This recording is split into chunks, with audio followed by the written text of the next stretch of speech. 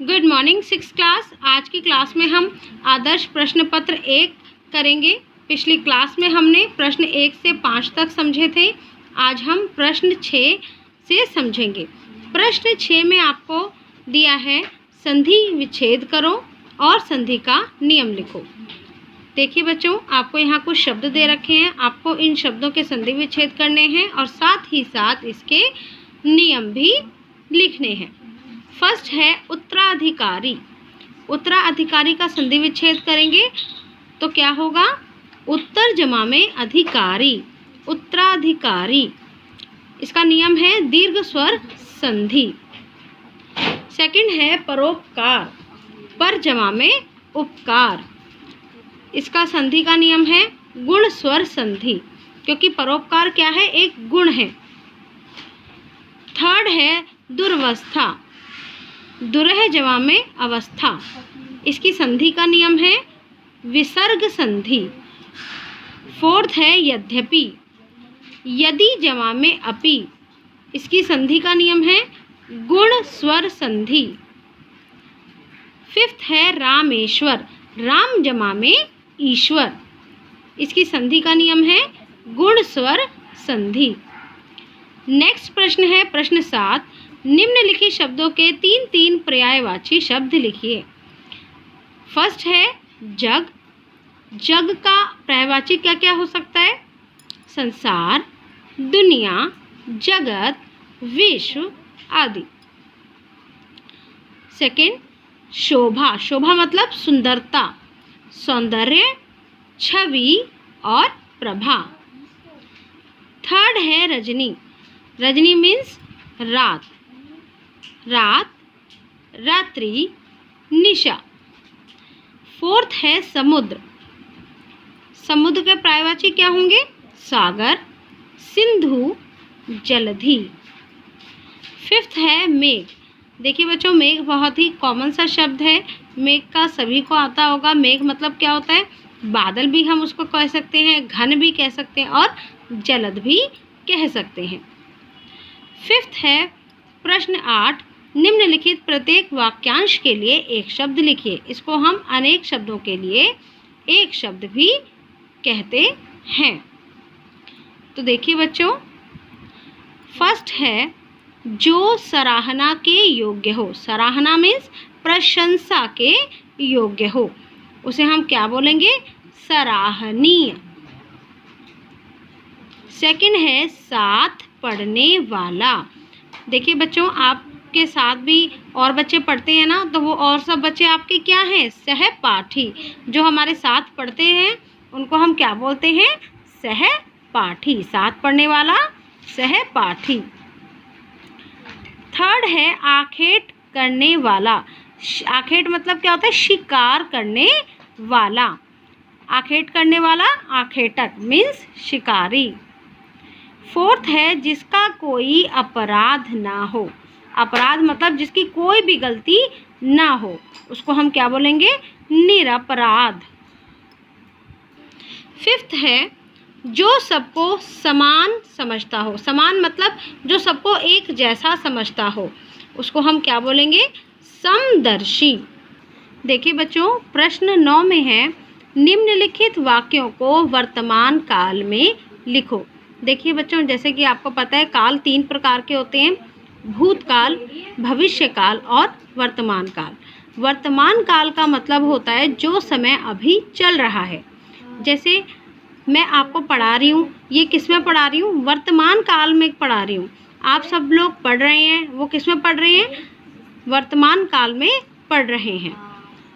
तो देखिए बच्चों, आपको इन सभी वाक्यों को वर्तमान काल में बदलना है। फर्स्ट है मुझे तुम्हारा ख्याल आया। तो इसको वर्तमान काल में अगर हम बदलेंगे तो क्या होगा? मुझे तुम्हारा ख्याल आता है। सेकंड, मैंने तुम्हें लिखना पसंद किया। इसका वर्तमान काल में अगर इसको हम चेंज करेंगे तो क्या होगा? मैं तुम्हें लिखना पसंद करता हूँ। थर्ड देखिए, मुझे तुम्हारा ध्यान मुझे बराबर रहता था। तो इसको वर्तमान काल में बदलेंगे तो क्या हो जाएगा? तुम्हारा ध्यान मुझे बराबर रहता है। लास्ट, तुम्हारे पत्र मुझे नहीं दिए गए, तो इसमें इसको चेंज करेंगे तो क्या हो जाएगा? तुम्हारे पत्र मुझे नहीं दिए जाते हैं। इस तरीके से हम वर्तमान काल में इसे बदलेंगे। निम्नलिखित वाक्यों के सामने इनका काल लिखो। तो देखिए बच्चों, ये आपको खुद करना है, स्वयं करना है। मैं आपको समझा देती हूँ, आप करेंगे इसको स्वयं। तो देखिए बच्चों, जैसे कि मैंने आपको बताया कि काल 3 प्रकार के होते हैं। एक वर्तमान काल, दूसरा भविष्य काल, एक भूतकाल। वर्तमान काल वह काल होता है जिस समय में हम काम कर रहे होते हैं, वह वर्तमान काल होता है। भविष्य काल वह काल होता है जो हमारा आने वाला समय है। जैसे आप सोमवार को स्कूल आएंगे, तो आप कब आएंगे? भविष्य में आएंगे। आप डॉक्टर बनेंगे, कब बनेंगे?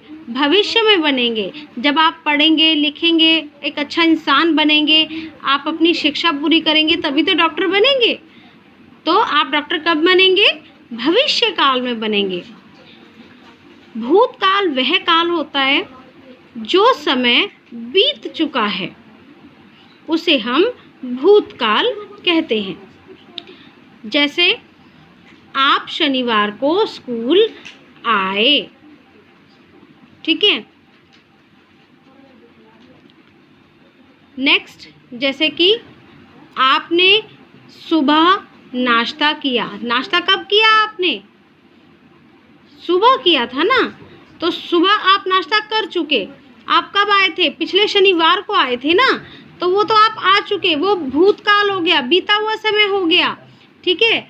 ऐसा समय जो बीत चुका है, ठीक है, उसे हम क्या कहते हैं? भूतकाल कहते हैं।